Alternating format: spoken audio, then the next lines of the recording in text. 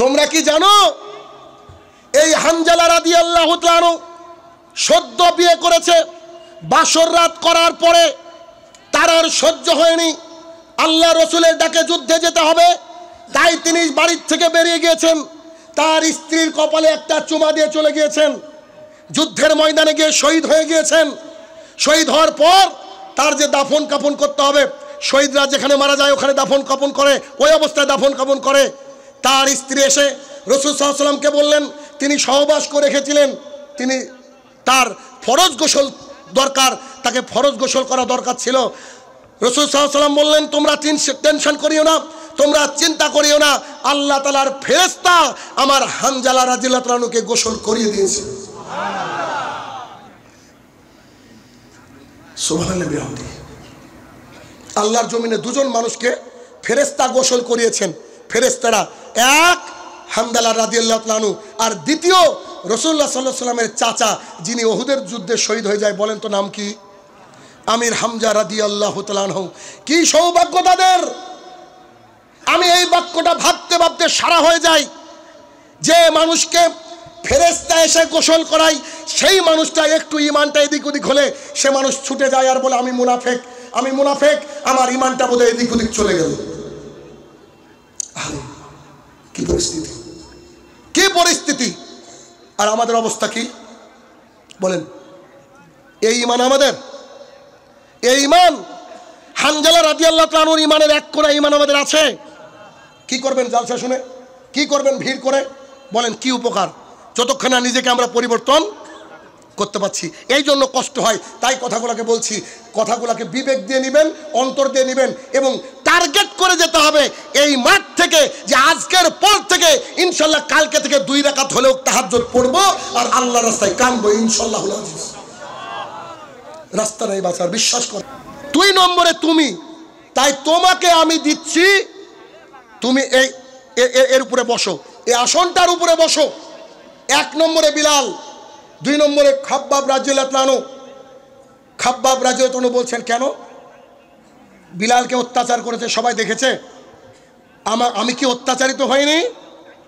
উমর রাদিয়াল্লাহু তাআলা বলছেন, তুমি কত অত্যাচারিত হয়েছো? কই, তুমি তো খুব একটা অত্যাচারিত হওনি।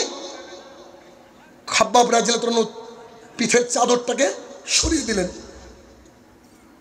পুরো পিঠটা কালো, এরকম লোহার শিক দিয়ে পুরো পিঠটাকে শেষ করে দিয়েছে। উমর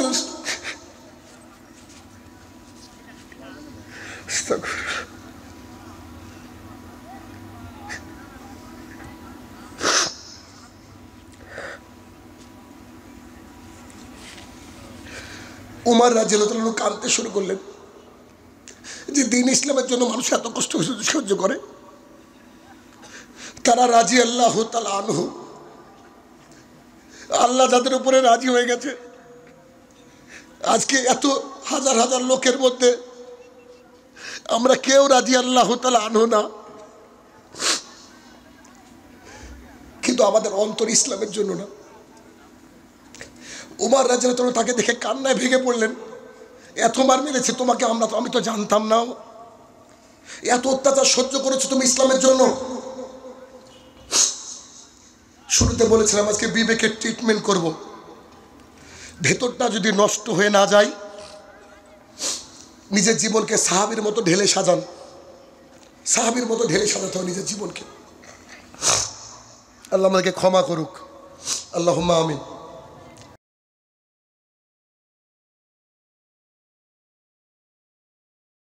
যখন তাকে আলেম হিসাবে দেখবে, সেই সময় আপনি বলবেন, তোমরা কি জানো আব্দুল্লাহকে সরাসরি দেখে, সরাসরি হ্যান্ডশেক করে তার সামনে বক্তৃতা শুনেছি। কথা বোঝেন না আমার বোধহয়? আমি আশাবাদী আল্লাহ তাআলা তাকে এত বড় আলেম বানাবেন যে আপনারা একদিন গর্ব করে বলবেন যে আমরা আব্দুল্লাহ ভাইকে স্বচক্ষে দেখেছি। এটা গর্ব। দোয়া করি আল্লাহর কাছে, আল্লাহ তাআলা কবুল করুক, আল্লাহুম্মা আমিন।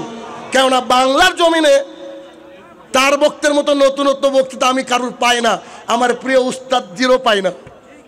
আল্লাহি একেবারে ভেতরকে মানে নিংড়ে বের করে দিয়ে কি যে তথ্য। শেষ কথা এটা বলি, যখন আমাদের বাংলাদেশ ভারতের ইতিহাস বলছিল, তা আমার মনে হয় তিনি আরবি নিয়ে পড়েননি, ইতিহাসের উপরে অনার্স করেছেন। সুবহানাল্লাহ বিহামদিহি। হে আমার প্রতিপালক, আমরা যেন আল্লাহর জমিনে আল্লাহর দিনকে, তোমার দিনকে প্রতিষ্ঠা করতে পারি, আল্লাহ তুমি সেই তৌফিক আদা করো, আল্লাহুম্মা আমিন।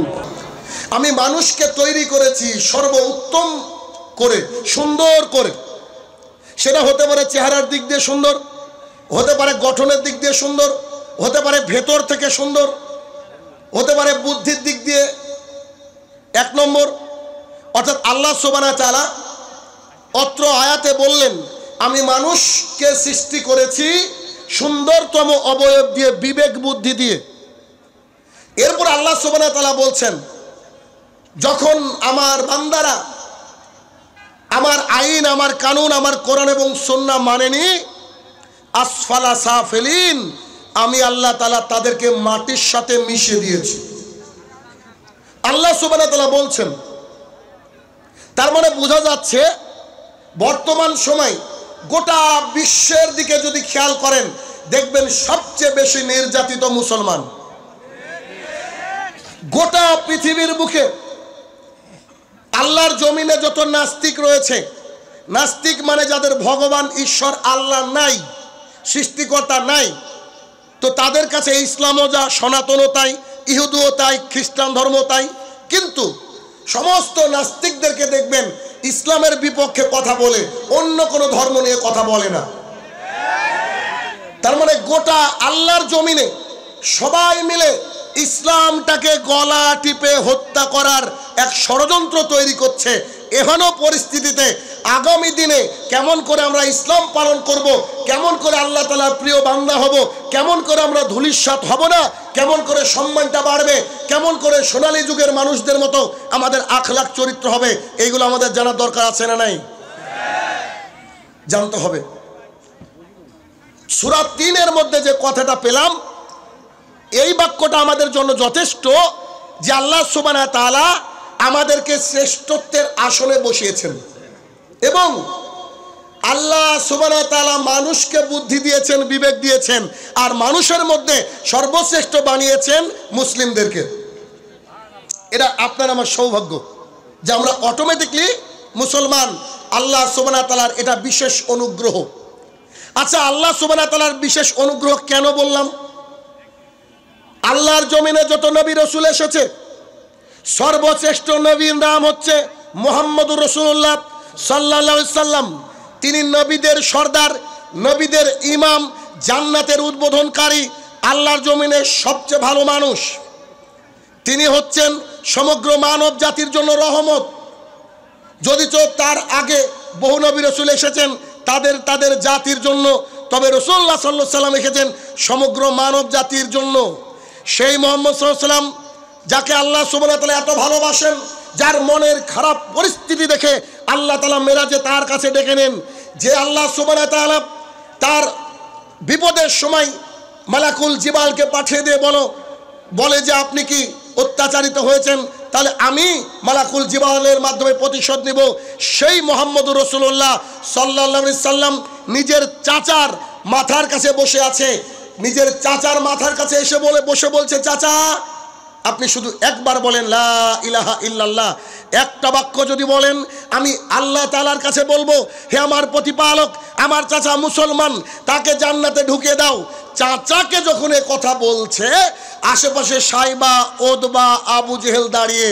চাচা বলছে যে বেটা, এ কথা যে বলতে পারবো না, কারণ এ কথা যদি আমি বলি তো আমার বাপ দাদা ধর্ম ত্যাগ হবে, মানুষে বলবে কি, লোকে বলবে কি। বেটা তুমি আমার জন্য চিন্তা করিও না, আমি আমার বাপ দাদা ধর্ম থেকে মরতে চাই।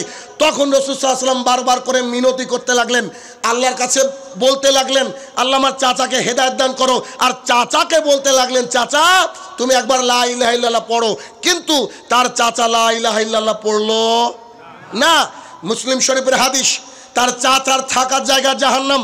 আমি হয়তো আপনাকে বোঝাতে পারছি না, একটু খেয়াল করেন। নবী দোয়া করছে যার জন্য, নবী যার জন্য সুপারিশ করার জন্য প্রস্তুত, আল্লাহ তাআলা তাকে হেদায়েত দেয়নি, তার নিজের চাচাকে হেদায়েত দেয়নি। আর এই আমার সামনে যত মানুষ আমরা বসে আছি, আমরা সবাই অটোমেটিকলি মুসলমান, কেউ আমাদের জন্য দোয়া করেনি।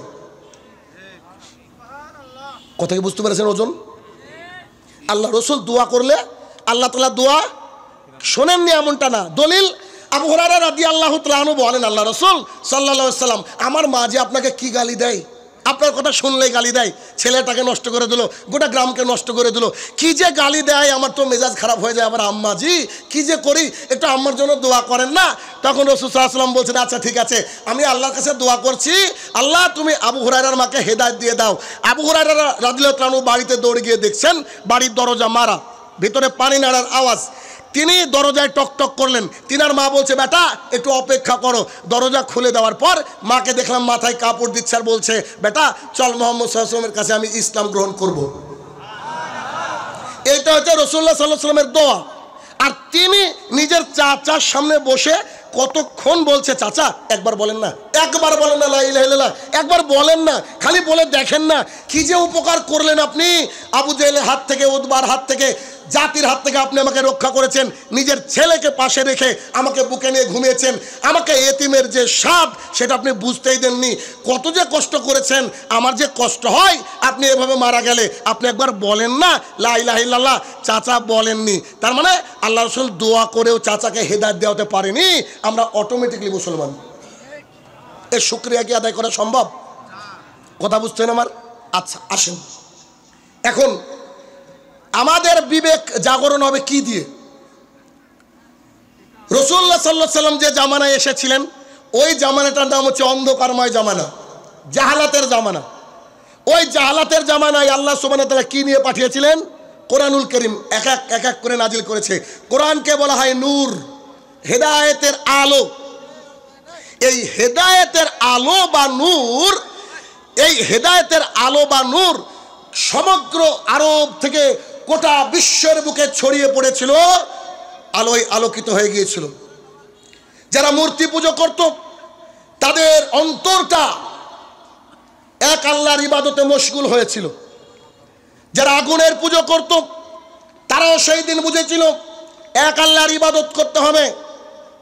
এইটা কখন কিভাবে আসলো? যখন রাসূল সাল্লাল্লাহু আলাইহি ওয়াসাল্লাম কোরআন নিয়ে জাতির সামনে গেলেন। এখন আমরা বসে আছি, আমাদের বিবেক জাগ্রত কি দিয়ে হবে? একমাত্র পথ হচ্ছে দাওয়াত ও তাবলীগ। দাওয়াত ও তাবলীগ অর্থাৎ দাওয়াতের কাজ করলেই একটা জাতি পরিবর্তন হবে। আর যদি দাওয়াতের কাজ ঠিকঠাক না হয় জাতি গুমরাহের দিকে চলে যাবে, গুমরাহের দিকে চলে যাবে। আপনি খেয়াল করে দেখেন। আচ্ছা, তো দাওয়াতের কাজ যে করতে হবে, দাওয়াত ও তাবলীগের কাজ করতে হবে, তো দাওয়াত ও তাবলীগের কাজ কি করে হবে? সেটা হবে নববী পদ্ধতিতে। রাসূলুল্লাহ সাল্লাল্লাহু আলাইহি ওয়াসাল্লাম যেমন করে দাওয়াতের কাজ করেছেন ঠিক হুবহু সেই দাওয়াতের কাজ জাতির সামনে পেশ করতে হবে। যদি সেই দাওয়াতের কাজ জাতির সামনে পেশ করা হয় তবে জাতি পরিবর্তন হবে। মানুষ যখন দাওয়াতের কাজ করবে, একটা এলাকা একটা দেশকে শুধরানোর জন্য কাজ করবে, তার প্রথম দায়িত্ব সে ঈমান নিয়ে আলোচনা করবে। ঈমান নিয়ে, মানুষের ঈমান আকীদা নিয়ে প্রথমে দাওয়াতের কাজ করবে। সর্বপ্রথম দাওয়াতের কাজ করবে কি নিয়ে বলেন তো? সবাই বলেন। আপনাকে শিখে যেতে হবে তো, খালি বক্তৃতা শুনলেন চলে গেলেন এটা না। তাহলে এক নম্বর কাজ কি? ঈমান নিয়ে, ঈমানের আলোচনা করতে হবে, এক। দুই, এরপরে ইবাদত সম্পর্কে জানতে হবে। ঈমান জানার পর ইবাদত জানতে হবে। সালাত যদি সারা জীবন আদায় করেন আর তা যদি নবীর পদ্ধতি না হয় ওই সালাত বাতিল। কথার কথা, 70 বছরের এক চাচা বলছে, বেটা আমি তো সালাত আদায় করি আর তুমি আজকে বলছো সূরা ফাতিহা ছাড়া নামাজ হবে না, আমার 60 বছর কি হবে? চাচার কাছে সোজা উত্তর, একদিনও নামাজ হয়নি আপনার। কেন? কেন নামাজ হয়নি? কেননা রাসূলুল্লাহ সাল্লাল্লাহু আলাইহি ওয়াসাল্লাম বলছেন যে কোনো ব্যক্তি সালাত আদায় করলো তাতে সূরা ফাতিহা পড়লো না, ওর সালাত বাতিল, ওর সালাত বাতিল, ওর সালাত বাতিল। বলেন চাচার সালাত টিকবে কি করে? তাহলে প্রথম কথা কি যে এক, ঈমান আকীদাকে শুদ্ধ করতে হবে। দুই, ইবাদত করার পূর্বে জানতে হবে যে আমি কি করছি। আমি যদি ইবাদতের তরিকা না জানি এই ইবাদত আল্লাহর কাছে কি গৃহীত হবে? হবে না। তার মানে বোঝা যাচ্ছে আমাদেরকে ইবাদত কি করে করতে হয় এটা জানতে হবে। এরপরে জানতে হবে মুআমালাত, অর্থাৎ আমাদের জীবন কি করে চলবে, সামাজিক জীবন। আপনার স্ত্রী যাত্রার সামনে দিয়ে খালি গায়ে যেতে পারে না, মাথা বুক পিঠ খালি রেখে যেতে পারে না, এটা আপনাকে জানতে হবে। আপনি যদি না জানেন এই বিষয়টা তাহলে কি করে হবে? আপনি মসজিদের মধ্যে বিসমিল্লাহ আল্লাহু আকবার আলহামদুলিল্লাহ পড়ছেন, মসজিদ থেকে বেরিয়ে এসে আপনি চলে গিয়েছেন রাস্তায়, তখন পণ্য বিক্রি করার সময় মিথ্যা বলছেন। আপনাকে কি জানা লাগবে না যে কি করে পণ্য বিক্রি করতে হবে? কথা বুঝছেন তো আমার? জি, জানা লাগবে। তাহলে কি এরপরে দাওয়াত দিতে হবে যে রাষ্ট্র কি করে চলবে, দেশ কি করে চলবে, এই বিষয়ে আমাদেরকে জ্ঞান নিতে হবে। এরপরে জানতে হবে আদব আখলাক, চরিত্র। একজন মানুষের চরিত্র যার যত ভালো হবে কিয়ামতের মাঠে তার আমল বেশি ওজনদার হবে। তার মানে যার যত চরিত্র ভালো তার তত জান্নাতে যাওয়ার চান্স বলেন বেশি। যার যত চরিত্র ভালো তার তত জান্নাতে যাওয়ার চান্স বেশি। তো যার চরিত্র ভালো না সে তো জান্নাতের দোরগোড়ায় পৌঁছাতে পারবে না। তাহলে আমাদেরকে এই দাওয়াত ও তাবলীগের কাজ করতে হবে। সরি, খুলে নেই, এটা খুব গরম।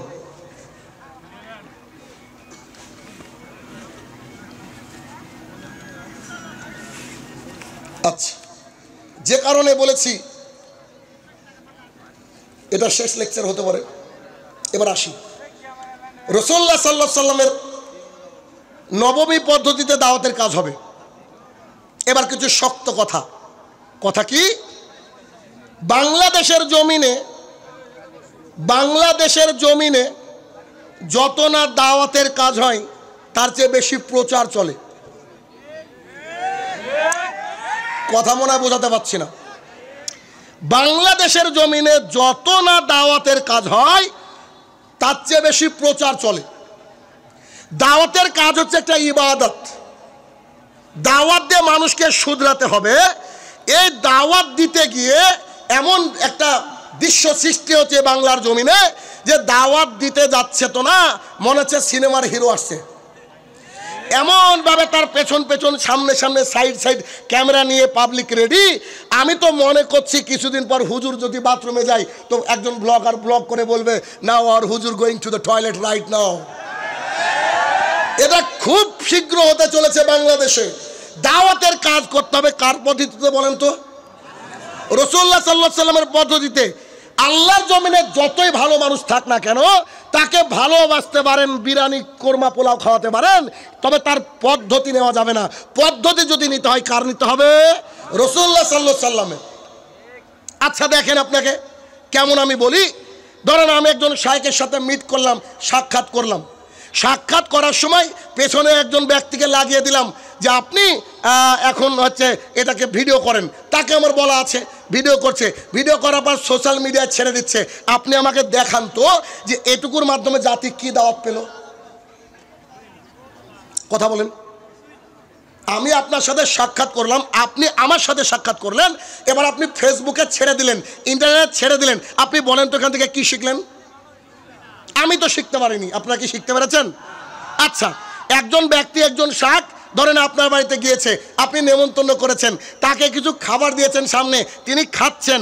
খাওয়ার পরে খাবার খেতে কে যেন সাইড থেকে ভিডিও করলো। ভিডিও করার পরে খাবারের ভিডিও এখন চলছে সোশ্যাল মিডিয়ায়, মিলিয়ন ভিউ। বলেন তো এ দিয়ে কি উপকার হলো? উপকার হচ্ছে কি না? আমি তো বুঝি না। যদি উপকার হয় তো এর বিরুদ্ধে কথা বলবো না। আপনি আমাকে বলেন। আমি তো দেখছি যে উপকার হচ্ছে না। এবার শাইনুর রহমান এখানে বক্তৃতা দিচ্ছে আর পেছন থেকে একজন ব্যক্তিকে বলা আছে যে আপনি পুরো কভার করবেন, এত লক্ষ মানুষ, চারিদিকে হাজার মানুষ, আপনি চারিদিক থেকে ভিডিও করবেন। আমি বক্তৃতা দিচ্ছি, আমার বক্তৃতার সাথে কত লোক হয়েছে এইটা দেখার জন্য জাতির সামনে পেশ করে দিচ্ছে। তার মানে মনে বলতে চাইছে আমি বহু বড় বক্তা, লাখ শ্রোতার সামনে বক্তৃতা করি, আমার বাজেট একটা লেভেলে রয়েছে, তোমরা আমাকে ডাকো। আমি যে কথাগুলা বলবো এই কথাগুলা যদি কোরআন এবং হাদিস মোতাবেক হয় আপনি মেনে নেবেন, ব্যাস এটাই দাওয়াত। কে দেখতে কত সুন্দর, কে কি ব্লেজার পরলো, কে কি করলো, কত লোক ওর ফলো করলো, এই কথা যদি আপনি মনে করেন তাহলে আপনি আমি গুমরাহির অতল গহ্বরে তলিয়ে যাব। কেন? আল্লাহ সুবহানাহু ওয়া তাআলা বলছেন আল্লাহর জমিনে বেশিরভাগ মানুষ ঈমান আনা সত্ত্বেও মুশরিক। আপনি যদি দেখেন গোটা বিশ্বের সনাতনী হিন্দু ধর্মাবলম্বী মানুষ, তাদেরকে আপনি 5%ও পাবেন না যারা পুজো করে না। তাহলে যারা সংখ্যায় বেশি তারা গোমরা। এর অর্থ এই নাই যে আমার বক্তৃতায় কত লোক হলো আর এইটা আপনাকে আমি দেখালাম, এইটা জাতির কোনো উপকার হয় না, এটা নিজের পাবলিসিটি হয়। তার মানে পাবলিসিটি কারা করে? পাবলিসিটি করবে যার ব্যবসা। কথা বুঝেননি? পাবলিসিটি করবে যার ব্যবসা, ব্যবসার মাধ্যমে জাতির সামনে এটা পাবলিসিটি হবে। এই রকম করে যদি দাওয়াতের কাজ জাতির সামনে হয়, আমি আশাবাদী আগামী দিনে দাওয়াতের কোনো উপকার হবে না। কাউকে ভালো লাগতে পারে, একটা ছবি তুলতে পারেন, তাও এটা না তুলেন ওটাই ভালো, তবে রাখলেন নিজের কাছে স্মৃতি হিসেবে ভালো লাগে এত দূর। কিন্তু পেছন থেকে, সাইড থেকে, সামনে থেকে যে কাজগুলা করছেন এ দিয়ে জাতির উপকার হয় না। আর প্রায় আমাদের এদেশের বক্তার, প্রায় এদেশের শায়েখ, প্রায় এদেশের বক্তার পেছনে থাকে 2-4টি করে চামচা। এদেরকে বাংলা আমি চামচা বলি। কেন? একান্তে আপনি যদি কারোর সাথে সাক্ষাৎ করতে চান, সাক্ষাৎ করতে চাইলে সাক্ষাৎ করবেন শুধুমাত্র আল্লাহ তাআলার জন্য, শুধুমাত্র আল্লাহ তাআলার জন্য। তো আল্লাহ তাআলার জন্য যদি সাক্ষাৎ করেনি, তো সেটা আবার সোশ্যাল মিডিয়া দেওয়ার কি প্রয়োজন আছে? কষ্ট পাচ্ছেন আমার কথায়? যেটা বাস্তবতা এটাই বলছি ভাই। আমি আগেই বলেছি আমার কথাগুলোকে তিক্ত লাগবে, আর লাগবেই লাগবে। আপনাকে একটু দেখাই কি পরিস্থিতি, কোথায় গিয়েছে দেখেন। একজন ব্যক্তি ধরেন কবরের পাশে দাঁড়িয়ে আছে। আমাদের আব্দুল্লাহ বিন আব্দুর রাজ্জাক হাফিজাহুল্লাহ, আমাদের আব্দুর রাজ্জাক বিন ইউসুফের ছেলে আব্দুল্লাহ ভাই, ও গেলেন ওনার দাদার কিংবা ওনার নানার কবরে। কোথাও দিয়ে জালসা করতে যাচ্ছিলেন, যেতে গিয়ে দেখছেন নানা বা দাদার কবর। স্বাভাবিক একজন মুসলমান কবর দেখলে ওখানে কি করবে? কবর জিয়ারত করবে, দোয়া করবে তার জন্য এত দূর।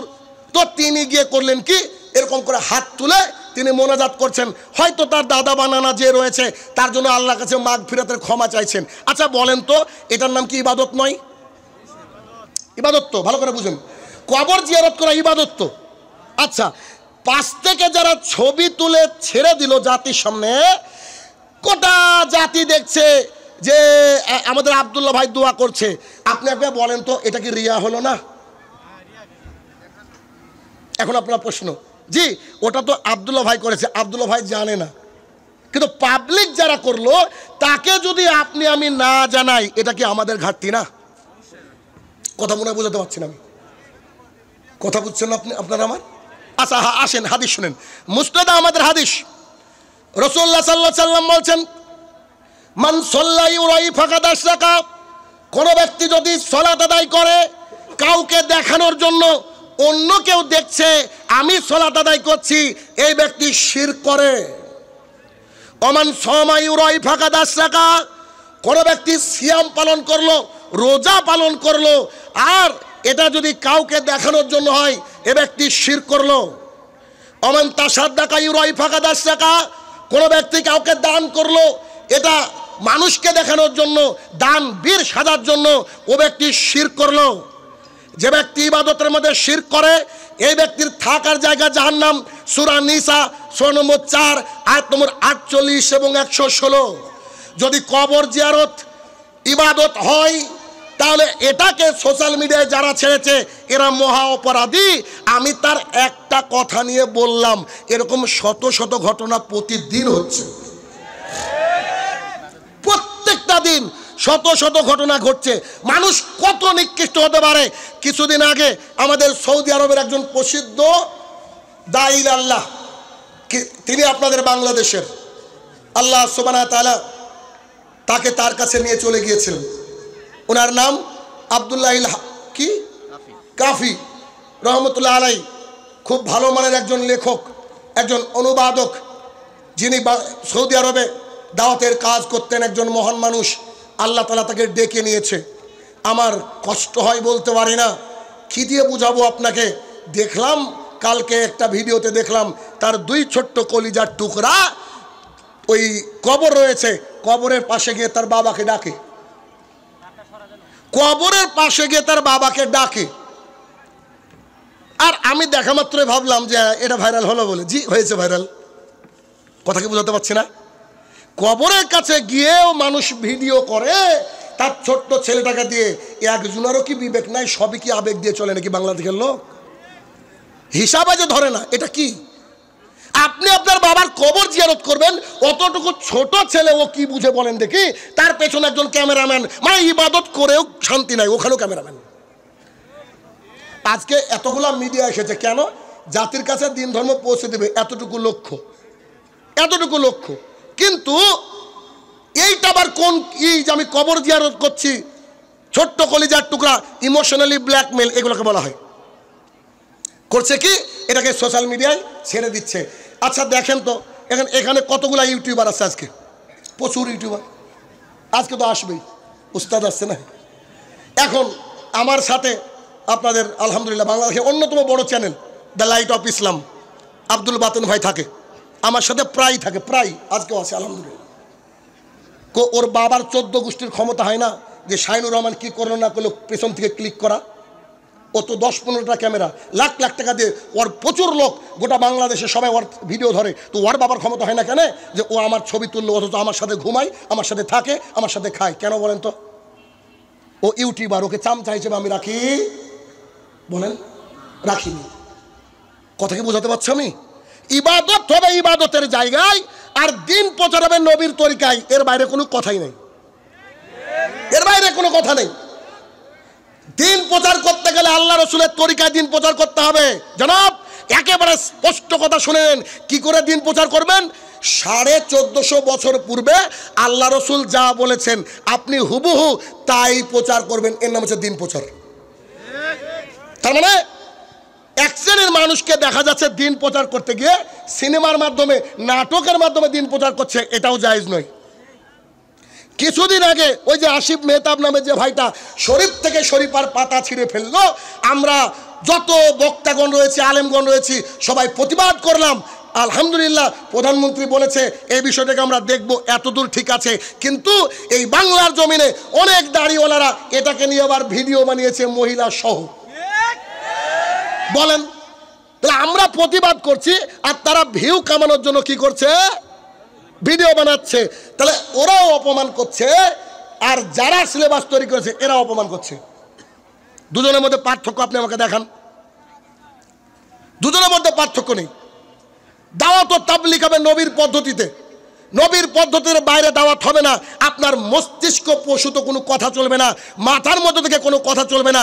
আল্লাহ রসুল যেভাবে বলেছেন সেভাবে বলতে হবে। যদি দাওয়াত দিতে পারেন তাহলে জমিনে থাকবেন, নইলে এই দাওয়াতি ফিল্ডকে, দাওয়াতি ময়দানকে ব্যবসার ময়দান যদি বানান, আপনার বাড়ি গাড়ি উন্নত হবে, মানুষের ইমানের কোনো খবর থাকবে না।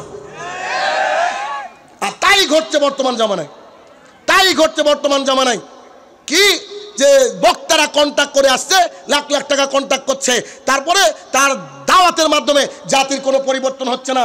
দেখুন, বাংলাদেশে সালাফি আহলে হাদিস আকীদা যারা লালন করে, মানহাজুস সালাফ যারা আকীদা লালন করে, আলহামদুলিল্লাহ গোটা বিশ্ব জুড়ে তারা দাওয়াতের কাজ করছে, একথা সত্য। তবে আমি মনে করি বাংলাদেশের মানুষ, শুরুতে বলেছি যে দাওয়াতের চেয়ে দেখাই বেশি। যদি এইটুককে বাদ দেয় তাহলে জাতি আরও বেশি সামনের দিকে এগোবে। দলিল বলেন তো?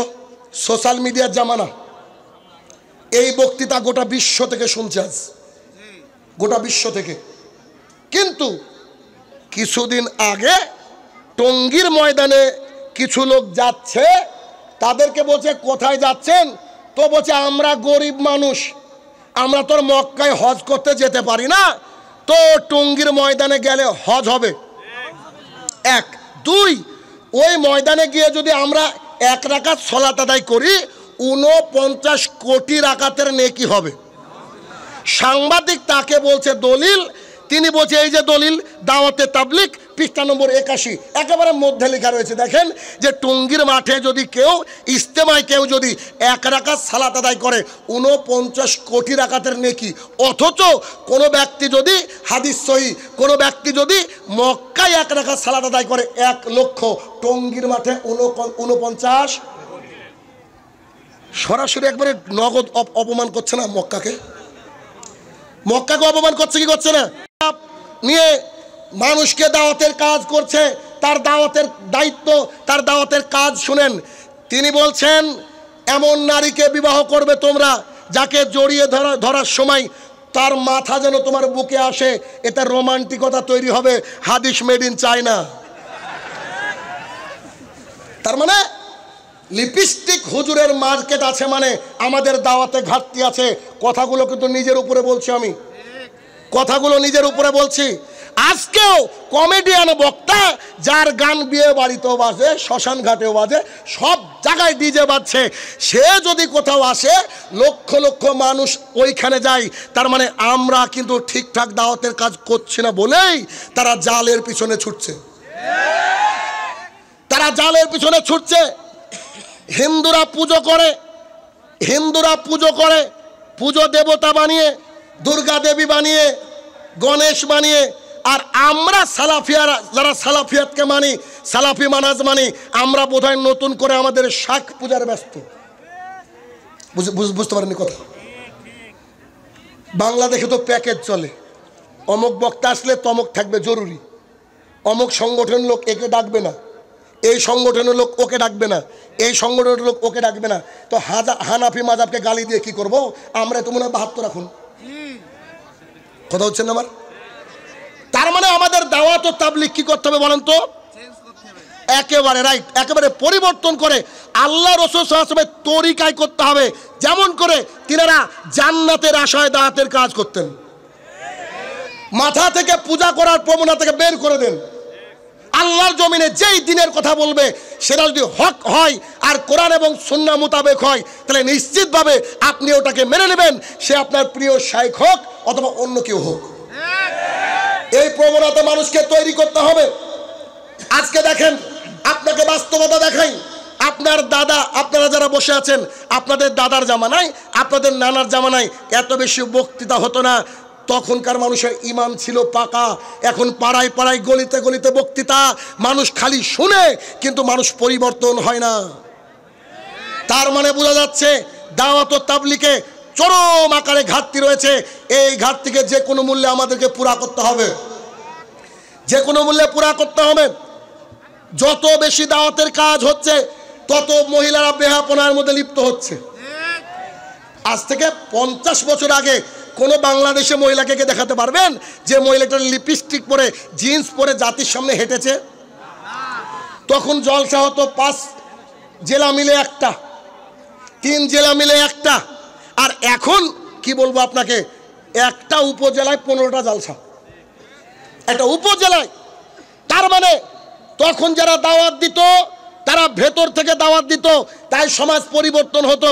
আর এখন যারা দাওয়াত দেয় ও নিজের টাকা ইনকাম করার জন্য দাওয়াত দেয়, এজন্য সমাজ পরিবর্তন হয় না, এজন্য সমাজ পরিবর্তন হয় না।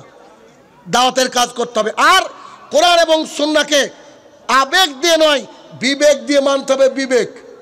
আমরা এমনি বিপদে, আমাদের মূল টার্গেট জান্নাত হওয়া উচিত। কি? জান্নাত। আজকে যে কথাগুলো শুনবেন আমার কাছ থেকে হোক, উস্তাদের কাছ থেকে হোক, বা আমাদের আগের বক্তার কাছ থেকে হোক, যে আলোচনা শুনেছেন, কথা শুনেছেন, শুনবেন, এইগুলা শুধু মাঠে ময়দানে রেখে গেলে হবে না, এগুলাকে বাড়ি পর্যন্ত নিয়ে যেতে হবে। কারা কারা আছেন হাত তুলেন দেখি, রাজি আছেন কারা কারা যে দাওয়াত ও তাবলীগ বাড়ি বাড়ি নিয়ে যাবেন? দেখি, মাশাআল্লাহ, সুবহানাল্লাহ বিহামদি। দেখি কতটুকু বাড়িতে যায়, এটা দেখবো কিন্তু। হাত নামান। আলহামদুলিল্লাহ। আপনারা আমার কথা অনুযায়ী কোরআন এবং সুন্নাহ মোতাবেক যদি আপনারা আপনাদের জীবনটাকে ঢেলে সাজান, এতে কি আমার উপকার হবে? উপকার কার হবে? নিজের। নিজের। আমাদেরকে নিজে কি করতে হবে? নিজে আমাদেরকে সংশোধন হতে হবে, নিজের জীবনটাকে ঢেলে সাজাতে হবে। যখন আমরা নিজের জীবনটাকে ঢেলে সাজাতে পারবো, তখন আমাদের দাওয়াত এবং তাবলীগে উপকার লাভ হবে। আসুন আমরা এবার বিবেকবান মানুষ, যাদের বিবেক দিয়ে আমরা আজকে আমাদের বিবেককে অপারেশন করব, যাদের বিবেক দিয়ে আজকে আমরা আবার আমাদের বিবেককে যাচাই করব, তাদের বিবেকের কথা বলি। আপনারা একটু ভালো করে নজর দিয়ে শুনবেন, একটু দেখেন তাদের বিবেকটা কি ছিল, তারা দ্বীন ইসলাম কেমন করে বুঝতো, আর আমরা দ্বীন ইসলাম কেমন করে বুঝি। হানজালা রাদিয়াল্লাহু তাআলা আনহু একজন সাহাবী। এই নামটা কে কে শুনেছেন? হাত তুলেন তো। হানজালা রাদিয়াল্লাহু তাআলা আনহু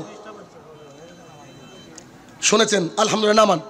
হাদিসটা দেখেন, আপনার আমার ফজরের নামাজ কাজা হয়, আপনি আমি অনেকেই হারামখোর, আপনার আমার চরিত্র খারাপ, আপনার আমার স্ত্রী ছেলেমেয়েরা বুরখা পরে না, ইত্যাদি ইত্যাদি, ঠিক না? কিন্তু ঠিক আছে, কিন্তু এবার দেখেন, হানজালা রাদিয়াল্লাহু তাআলা আনহু রাস্তা দিয়ে যাচ্ছেন, আবু বকর সিদ্দিক রাদিয়াল্লাহু তাআলা আনহু বলছে, হানজালা, জি আবু বকর বলো। বলছি কোথায় যাচ্ছ, কি হয়েছে, কি কি ব্যাপার?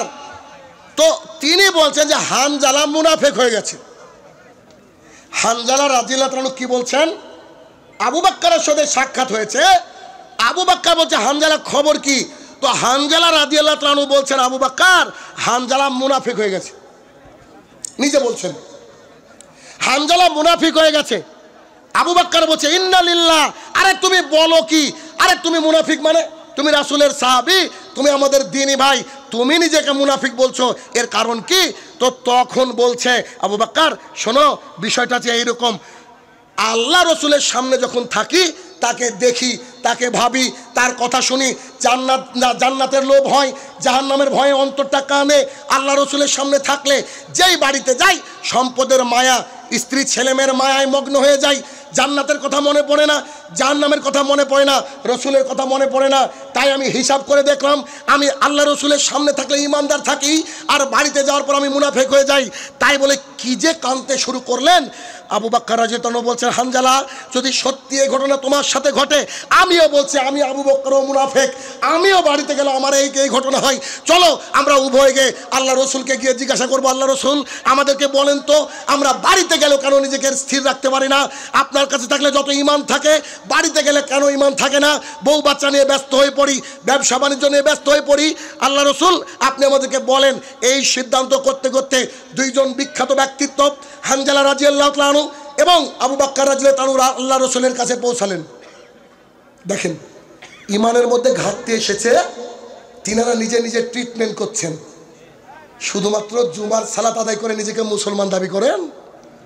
হ্যাঁ, 30 বছর 40 বছর হয়ে গেল, সারা জীবন 70 বছর হয়ে গেল, 5 দিনে উঠে তাহাজ্জুদের সালাত আদায় করতে পারেননি, আর নিজেকে ইমানদার দাবি করেন? হানজালা রাদিয়াল্লাহু তাআলা আনহু, আবু বকর রাদিয়াল্লাহু তাআলা আনহু রাসূল সাল্লাল্লাহু আলাইহি ওয়াসাল্লামের কাছে গেলেন, গিয়ে বললেন, আল্লাহ রসুল আমাদের দুজনের সাথে এই ঘটনা। তার আগে বাক্যটা এরকম করে আছে, হাদিসের ভাষাটা।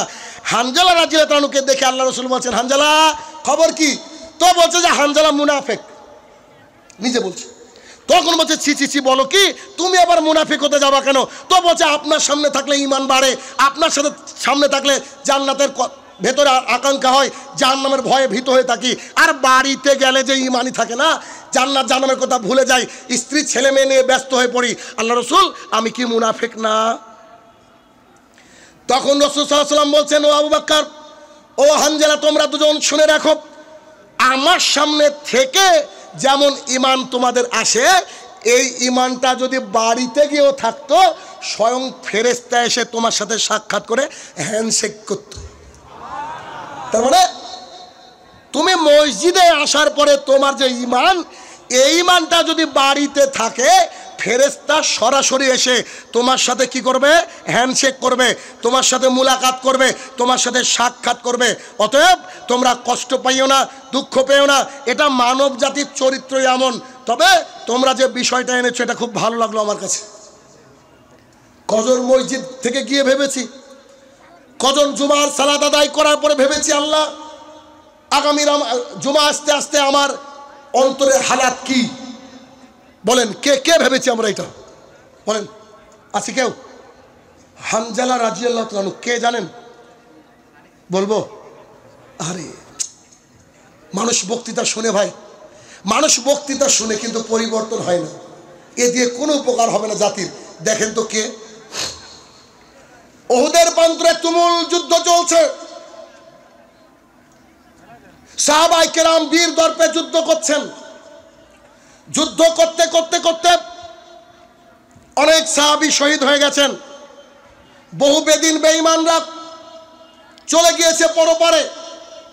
প্রায় 70 থেকে 72 জন আল্লাহ রসুলের সাহাবী উহুদের প্রান্তরে শুয়ে লুটিয়ে পড়ে আছে। রাসূলুল্লাহ সাল্লাল্লাহু আলাইহি ওয়াসাল্লাম এবং সাহাবায়ে কেরাম সবাইকে খুঁজতে লাগলেন কে আল্লাহর জমিন থেকে চলে গিয়েছে, কোন আমাদের ভাই চলে গিয়েছে। পরে জানা যায় খালিদ বিন ওয়ালিদকে এই হানজালা রাদিয়াল্লাহু তাআলা আনহু তরবারি উঁচিয়েছে। খালিদ বিন ওয়ালিদ কিন্তু তখন ইসলাম গ্রহণ করেননি, খুব অন্যায় করেছিলেন। ইসলাম গ্রহণের আগ পর্যন্ত তিনি লিডার ছিলেন তাদের। তো তিনি তরবারি উঁচু করেছেন, খালিদ বিন ওয়ালিদকে শেষ করব। হানজালা রাদিয়াল্লাহু তাআলা আনহু তরবারি যে উঁচু করেছেন, উঁচু করার সাথে সাথে পেছন থেকে একজন এসে তার গলাটাকে নামিয়ে দিয়েছে। পেছন থেকে তরবারির আঘাতে তাকে শেষ করে দিয়েছে, তিনি মাটিতে পড়ে গিয়েছেন। সাহাবায়ে কেরাম সবারই লাশকে খুঁজলেন, সব সাহাবী জান্নাতি সাহাবী খুঁজে খুঁজে খুঁজে রাসূল সাল্লাল্লাহু আলাইহি ওয়াসাল্লামের কাছে একজন সাহাবী গিয়ে বলছেন, আল্লাহ রাসূল, একটা দৃশ্য ভিন্ন রকম দেখলাম। দৃশ্যটা কি? তো বলছে যে সবাইকে দেখলাম লাশ হয়ে পড়ে আছে, কিন্তু হানজালা রাদিয়াল্লাহু তাআলা আনহুর দেহ থেকে টপ টপ টপ টপ করে ঘামের মতো পানির মতো কি পড়ছে, ঘামের মতো পানির মতো কি পড়ছে। তো তিনি বললেন, রাসূল সাল্লাল্লাহু আলাইহি ওয়াসাল্লাম বলছে কোথায়, কোন জায়গায়? তখন রাসূল সাল্লাল্লাহু আলাইহি ওয়াসাল্লাম তার সামনে দাঁড়িয়ে তার দৃশ্য দেখার পরে বলছে, তোমরা কি জানো, তোমরা কি জানো এই হানজালা রাদিয়াল্লাহু তাআলা আনহু সদ্য বিয়ে করেছে, বাসর রাত করার পরে তার আর সহ্য হয়নি, আল্লাহ রসুলের ডাকে যুদ্ধে যেতে হবে, তাই তিনি বাড়ির থেকে বেরিয়ে গিয়েছেন। তার স্ত্রীর কপালে একটা চুমা দিয়ে চলে গিয়েছেন, যুদ্ধের ময়দানে গিয়ে শহীদ হয়ে গিয়েছেন। শহীদ হওয়ার পর তার যে দাফন কাফন করতে হবে, শহীদরা যেখানে মারা যায় ওখানে দাফন কাফন করে, ওই অবস্থায় দাফন কাফন করে। তার স্ত্রী এসে রাসূল সাল্লাল্লাহু আলাইহি ওয়াসাল্লামকে বললেন, তিনি সহবাস করে রেখেছিলেন, তিনি তার ফরজ গোসল দরকার, তাকে ফরজ গোসল করা দরকার ছিল। রাসূল সাল্লাল্লাহু আলাইহি ওয়াসাল্লাম বললেন, তোমরা টেনশন করিও না, তোমরা চিন্তা করিও না, আল্লাহ তাআলার ফেরেশতা আমার হানজালা রাদিয়াল্লাহু তাআলা আনহুকে গোসল করিয়ে দিয়েছে। সুবহানাল্লাহ বিহামদি। আল্লাহর জমিনে দুজন মানুষকে ফেরেশতা গোসল করিয়েছেন। ফেরেশতারা এক হানজালা রাদিয়াল্লাহু তাআলা আনহু, আর দ্বিতীয় রাসূলুল্লাহ সাল্লাল্লাহু আলাইহি ওয়াসাল্লামের চাচা, যিনি উহুদের যুদ্ধে শহীদ হয়ে যায়, বলেন তো নাম কি? আমির হামজা রাদিয়াল্লাহু তাআলা আনহু। কি সৌভাগ্য তাদের! আমি এই বাক্যটা ভাবতে ভাবতে সারা হয়ে যাই, যে মানুষকে ফেরেশতা এসে গোসল করায়, সেই মানুষটা একটু ইমানটা এদিক ওদিক হলে সে মানুষ ছুটে যায় আর বলে আমি মুনাফেক, আমি মুনাফেক, আমার ইমানটা বোধহয় এদিক ওদিক চলে গেল। কি পরিস্থিতি, কি পরিস্থিতি! আর আমাদের অবস্থা কি বলেন? এই ইমান আমাদের, এই ইমান হানজালা রাদিয়াল্লাহু তাআলা আনহুর ইমানের এক কোণা ইমান আমাদের আছে। কি করবেন জালসা শুনে, কি করবেন ভিড় করে, বলেন কি উপকার? যতক্ষণ না নিজেকে আমরা পরিবর্তন করতে পারছি, এই জন্য কষ্ট হয়। তাই কথাগুলোকে বলছি, কথাগুলোকে বিবেক দিয়ে নেবেন, অন্তর দিয়ে নেবেন, এবং টার্গেট করে যেতে হবে এই মাঠ থেকে, যে আজকের পর থেকে ইনশাল্লাহ কালকে থেকে 2 রাকাত হলেও তাহাজ্জুদ পড়বো আর আল্লাহর রাস্তায় কাঁদবো ইনশাআল্লাহুল আজিজ। রাস্তা নেই বাঁচার, বিশ্বাস করেন। সাহাবী যদি এরকম বলতে থাকে, আমাদের কি অবস্থা হবে বলেন? আমাদের কি হবে? আল্লাহ আমাদেরকে ক্ষমা করুন। খাব্বাব ইবনুল আরাত রাদিয়াল্লাহু তাআলা আনহু, খাব্বাব ইবনুল আরাত রাদিয়াল্লাহু তাআলা আনহু, তিনি যখন দিন ইসলাম গ্রহণ করলেন, বেশিরভাগ ঐতিহাসিকগণ বলছেন তিনি সম্ভবত 6 নম্বরে ইসলাম গ্রহণ করেছেন। 6 নম্বরে, প্রথমের দিকে যারা ইসলাম গ্রহণ করেছেন 6 নম্বরে, মেবি 6 নম্বরে ইসলাম গ্রহণ করেছেন। তো তিনি একমাত্র সাহাবী ইসলাম গ্রহণ করার পরে প্রকাশ্যে ঘোষণা করেছে যে আমি ইসলাম গ্রহণ করেছি। প্রকাশ্যে তিনি তরবারি তৈরি করতেন, তরবারি কামানের কাজ করতেন, তরবারি তৈরি করতেন। তিনি যখন দিন ইসলাম গ্রহণ করলেন, শিবা নামের একজন ব্যক্তি, তার মা তাকে পাঠালো, যাও ওই বাড়িতে, সে নাকি ধর্মত্যাগ করেছে। তো তিনি এসে তাকে এত মারলেন, গোটা একটা গ্রুপ ইয়াং ছেলেকে নিয়ে এসে লাঠি কিল ঘুষি মারতে মারতে বেহুশ করে দিয়েছে। খাব্বাব রাদিয়াল্লাহু তাআলা আনহুকে এত মার মেরেছে, তিনি বেহুশ হয়ে গেছে। এরপরে তিনি আবার সুস্থ আল্লাহ রসুলের কাছে গিয়েছে। যাওয়ার পরে বলছে, আল্লাহ রসুল, আমি দিন ইসলাম গ্রহণ করেছি, কাবার মধ্যে আমি চিৎকার দিয়ে বলেছি আমি কাউকে কেয়ার করি না। একটা টিম তৈরি করালো তার বিরুদ্ধে, যে খাব্বাবকে এমন অত্যাচার শুরু করো, অত্যাচারের কারণে যেন দিন ইসলামকে ত্যাগ করে। খাব্বাব রাদিয়াল্লাহু তাআলা আনহু তিনি বসে আছেন, তাকে ঘিরে নিয়েছে একটা গ্রুপ, এসে বলছে, তুমি কি দিন ইসলাম ছাড়বা? আব্দুল্লাহর বেটার ধর্ম কি ছাড়বা? সে বলছে, কোশ্চিন কালে নয়, জীবন চলে যাবে, আল্লাহ রসুলের দিনকে আমি ছাড়বো না। লোহার এইরকম এই যে রড, এরকম লোহার রড আগুনের মধ্যে পোড়ানো হয়েছে। পোড়ানোর পর তার পিঠে ছ্যাঁক দেওয়া হয়েছে। ছ্যাঁক বুঝেন তো, পিঠের উপরে ঠেসে ধরা হয়েছে। অজ্ঞান হয়ে গিয়েছেন তিনি তাও দিন ইসলাম থেকে পিছপা হননি। একদিন তিনি আর পুরো দেহের পোশাক খুলে নিয়ে লোহার মুকুট মাথার মধ্যে চড়িয়ে দিয়ে গনগনে বালুর উপরে দাঁড় করিয়ে দিয়ে আবু জেহেল উতবা সাইবা খেলা দেখছে। রাসূলুল্লাহ সাল্লাল্লাহু আলাইহি সাল্লাম সেই রাস্তা দিয়ে যাওয়ার সময় বলছেন, ও খাব্বাব ইবনুল আরাত, আমি তোমার জন্য আজকে কিছু করতে পারছি না, কত সত্য। তুমি যদি ধৈর্য ধারণ করতে পারো, আমি আশাবাদী যে আল্লাহ তাআলা তোমার জন্য জান্নাতে ঘর নির্মাণ করবে। খাব্বাব রাদিয়াল্লাহু তাআলা আনহু উমর রাদিয়াল্লাহু তাআলা আনহুর কাছে গেলেন। উমর রাদিয়াল্লাহু তাআলা আনহু খাব্বাব রাদিয়াল্লাহু তাআলা আনহুকে বলছেন, আরে এই বাক্যটা আমার কাছে খুব কঠিন মনে হয়, দেখেন তো আপনাদের কাছে কেমন লাগে। খাব্বাব রাদিয়াল্লাহু তাআলা আনহু উমর রাদিয়াল্লাহু তাআলা আনহুর কাছে গিয়েছেন। উমর রাদিয়াল্লাহু তাআলা একটা আসন বুঝেন কি, বসার ছোট্ট পাটির মতো, আজকাল মেহমান আসলে মানুষকে দিত, তো এই আসনটাকে এইভাবে পেতে দিয়েছেন উমর রাদিয়াল্লাহু তাআলা আনহু। উমর রাদিয়াল্লাহু তাআলা আনহু বলছেন, খাব্বাব, এই আসনে যদি আল্লাহর জমিনে কেউ বসার হকদার থাকে, এক নম্বর আছে বিলাল। এর মতো অত্যাচার কেউ সহ্য করেনি আল্লাহর জমিনে, বিলালের মতো অত্যাচার কেউ সহ্য করেনি। 2 নম্বরে তুমি, তাই তোমাকে আমি দিচ্ছি, তুমি এর উপরে বসো, এই আসনটার উপরে বসো। 1 নম্বরে বিলাল, 2 নম্বরে খাব্বাব রাদিয়াল্লাহু তাআলা আনহু। খাব্বাব রাদিয়াল্লাহু তাআলা আনহু বলছেন, কেন? বিলালকে অত্যাচার করেছে, সবাই দেখেছে, আমি কি অত্যাচারিত হইনি? উমর রাদিয়াল্লাহু তাআলা আনহু বলছেন, তুমি কত অত্যাচারিত হয়েছো? কই, তুমি তো খুব একটা অত্যাচারিত হওনি। খাব্বাব রাদিয়াল্লাহু তাআলা আনহু পিঠের চাদরটাকে সরিয়ে দিলেন,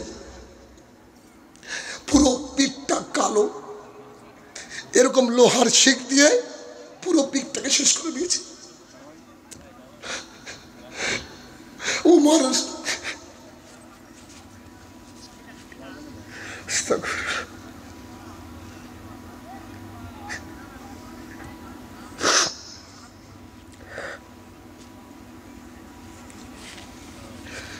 উমর রাদিয়াল্লাহু তাআলা আনহু কাঁদতে শুরু করলেন যে দিন ইসলামের জন্য মানুষ এত কষ্ট সহ্য করে, তারা রাদিয়াল্লাহু তাআলা আনহু,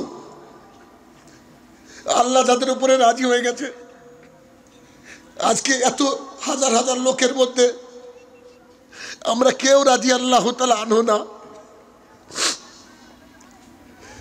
কিন্তু আমাদের অন্তর ইসলামের জন্য না। উমর রাদিয়াল্লাহু তাআলা তাকে দেখে কান্নায় ভেঙে পড়লেন, এত মার মেরেছে তোমাকে, আমি তো জানতাম না, এত অত্যাচার সহ্য করেছো তুমি ইসলামের জন্য। শুরুতে বলেছিলাম আজকে বিবেকের ট্রিটমেন্ট করব, ভেতরটা যদি নষ্ট হয়ে না যায়, নিজের জীবনকে সাহাবীর মতো ঢেলে সাজান, সাহাবীর মতো ঢেলে সাজাতে হয় নিজের জীবনকে। আল্লাহ আমাদেরকে ক্ষমা করুক, আল্লাহুম্মা আমিন। খাব্বাব ইবনুল আরাত রাদিয়াল্লাহু তাআলা আনহু রাসূল সাল্লাল্লাহু আলাইহি ওয়াসাল্লামকে খুঁজতে খুঁজতে গেলেন, এত অত্যাচার সহ্য হয় না। তিনি বলছেন, আমি রাসূল সাল্লাল্লাহু আলাইহি ওয়াসাল্লামকে দেখলাম কাবার নিচে একটু ছায়া হয়, ওই ছায়ায় একটা কিছু ভাঁজ করে মাথায় দিয়ে শুয়ে আছেন। খাব্বাব ইবনুল আরাত রাদিয়াল্লাহু তাআলা বলছেন, আল্লাহ রাসূল, কতদিন এই অত্যাচার সহ্য করব? আল্লাহ কি যুদ্ধের অনুমতি দেয়নি? তখন রাসূল সাল্লাল্লাহু আলাইহি ওয়াসাল্লামের মুখটা লাল হয়ে গেল। রাসূল সাল্লাল্লাহু আলাইহি ওয়াসাল্লাম বলছে, তোমরা কি জানো? খাব্বাব ইবনুল আরাত, তুমি কি জানো তোমার আগের জামানায় এমন বাদশা ছিল শুধুমাত্র লা ইলাহা ইল্লাল্লাহ বলার কারণে মানুষকে দু আলাদা করে দিত, করাত দিয়ে ফেলে দিত। তোমার আগের জামানায় এমন এক বাদশা ছিল যারা লা ইলাহা ইল্লাল্লাহ বলে এক আল্লাহর ইবাদত করে এই কথাটা বললে তাদের শরীর থেকে লোহার চিরুনি দিয়ে সমস্ত গোস্তকে তুলে ফেলা হতো। তোমার উপরে এরকম অত্যাচার এসেছে খাব্বাব? তো বলছে না না, আমার উপরে এত অত্যাচার আসেনি। বলছে তুমি যুদ্ধের জন্য এসেছো, আল্লাহ রাসূল আমাকে ক্ষমা করেন। না আমার দরকার নেই, আমার দরকার নেই, অত্যাচার করুক, ইমান দেখেন। ইমান এত কষ্টে থাকার পরেও তিনার ইমানটা কি ছিল বলেন? আপনার আমার ইমানের খোঁজ কদ্দুর বলেন এবার। আপনার আমার বিবেক কোথায়? আপনি আমি কি বিবেক, কি কোন বিবেক নিয়ে চলি বলেন? আমি বলেছি না শুধু বক্তৃতা শুনলে হবে না, বক্তৃতাকে মানতে হবে। এক একটা বক্তৃতায় 20, 30, 40, 50টা হাদিস বলি। আমি আজকে ভেবেছি আমি হাদিস বলবো না, আজকে আপনাদেরকে শোনাবো বক্তৃতা কাকে বলে। কি পরিস্থিতি বলেন? কজন ইসলামের জন্য আমরা অত্যাচার সহ্য করেছি? কজন বলেন?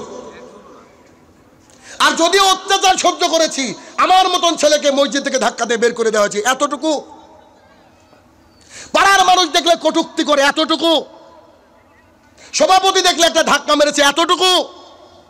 তারা বলেছিল আশহাদু আল্লা ইলাহা ইল্লাল্লাহ ওয়া আন্না মুহাম্মাদুর রাসূলুল্লাহ। এর ওজন এত ভারী, এর ওজন এত ভারী। এই যে মুসাইব ইবনে উমাইর রাদিয়াল্লাহু আনহু শুনেননি? কোটিপতি ঘরের সন্তান, একটা পোশাক 3 দিনে বেশি পরতেন না, এমন সেন্ট মাখতেন মক্কার বুকে, ওই সেন্ট কেউ চোখে দেখতো না, এত হাইলি এডুকেটেড অ্যান্ড কোটিপতি। তিনি যখন মারা যাচ্ছেন যুদ্ধের ময়দানে পড়ে, সাহাবায়ে কেরাম এসে বলছেন আল্লাহ রাসূল সাল্লাল্লাহু আলাইহি সাল্লাম, মুসাইব ইবনে উমাইরকে দেখলাম পড়ে আছে, তার গায়ে একটা চাদর, ওই চাদর দিয়ে মাথা ঢাকলে পা বেরিয়ে যায়, আর পা ঢাকলে মাথা বেরিয়ে যায়।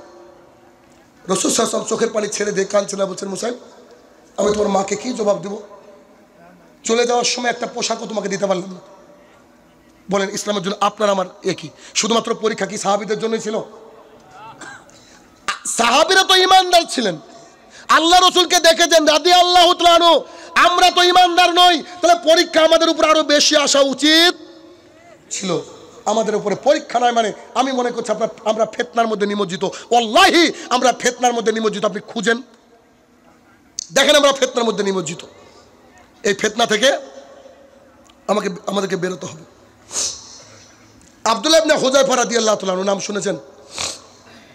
আব্দুল্লাহ ইবনে হুযায়ফা রাদিয়াল্লাহু তাআলা আনহু, উমর রাদিয়াল্লাহু তাআলা আনহুর জামানা চলছে, ঠিক এইরকম পরিস্থিতিতে উমর রাদিয়াল্লাহু তাআলা আনহু যুদ্ধে পাঠিয়েছেন রোম দেশে। অনেক আল্লাহ রাসূলের সাহাবী যুদ্ধে ধরা পড়ে গিয়েছে। তখন রোমের সম্রাট বলছে সাহাবীদেরকে ডাকো তো, দেখি কেমন রসুলের সাহাবী।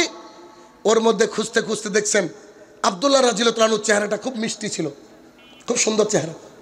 তো এই মিষ্টি চেহারা নিয়ে যখন তিনি তার সামনে গিয়েছেন, আরে রসুলের সাহাবী এত সুন্দর দেখতে। তো সেই বাদশাহ বলছে, যে বাদশাহ মুসলমানকে হারিয়ে দিয়েছে, ওই সৈন্যদলকে বন্দি করে রেখেছে, সেই বাদশাহ বলছে শোনো,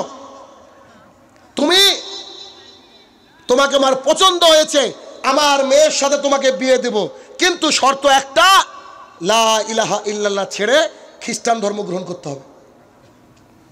আব্দুল্লাহ রাদিয়াল্লাহু তাআলা বলছেন অসম্ভব, আমি আমার লা ইলাহা ইল্লাল্লাহকে ছাড়তে পারবো না। অথচ আপনি চায়ের দোকানে বসে লা ইলাহা ইল্লাল্লাহকে বিক্রি করে দেন, ভোটের আগের দিন 500 টাকায় আপনার ইমান বিক্রি হয়ে যায়। একটা শাড়িতে আপনার ইমান বিক্রি হয়ে যায়। একটু কেউ গুতা দিয়েছে বাইরে থেকে, যা সব গেল, দাড়ি টাড়ি চেয়েছে, হিন্দু হয়ে বসে আছে। সাহাবীর কথা দেখেন। আব্দুল্লাহ রাদিয়াল্লাহু তাআলা আনহু বলছেন কখনোই নয়। তখন বাদশাহ বলছেন আমার মেয়ের সাথে তো বিয়ে দিব, আমার মেয়ে খুবই সুন্দরী, আর আমি তোমাকে আমার সম্পদের অনেকটা দান করব, প্রায় অর্ধেকটা দান করব, বলো তোমার মতামত কি?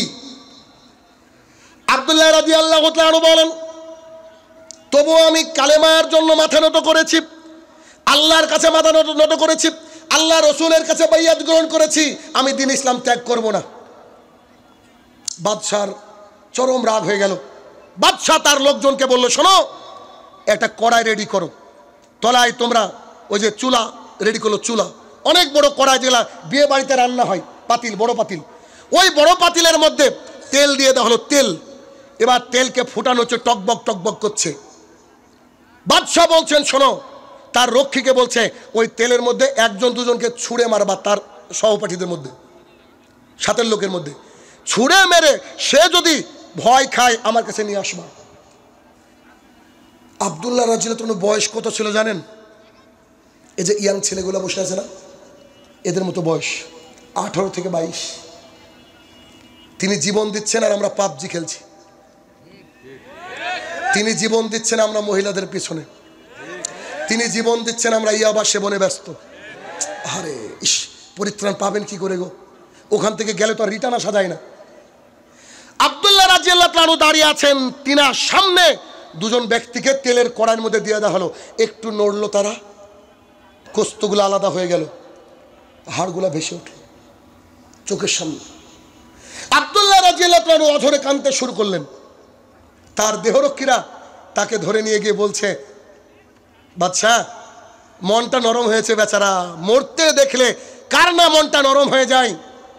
তখন তিনি বললে, আচ্ছা তাহলে তুমি আমার মেয়ের সাথে বিয়ে করতে রাজি? তো বলছে না। তো তাহলে তুমি কান্না করছিলে কেন? বলছে আসলে আমি কান্না করছিলাম এই জন্য, আমি আল্লাহকে মনে মনে বলছিলাম, আল্লাহ বয়স তো বেশি হয়নি, 20-22 বছরের যুবক আমি, এত তাড়াতাড়ি তোমার জন্য জীবনটা দিয়ে দেব? যদি মরতে হয় তোমার রাস্তায় মরবো, আল্লাহ তুমি আমার একটা দোয়া কবুল করো, আমার দেহে যতগুলা পশম রয়েছে প্রত্যেকটা পশমের বিনিময়ে এক একটা আব্দুল্লাহ তৈরি করে দাও। প্রত্যেকটা আব্দুল্লাহ তোমার দিনকে রক্ষা করার জন্য মৃত্যুর কোলে ঢলে পড়বে।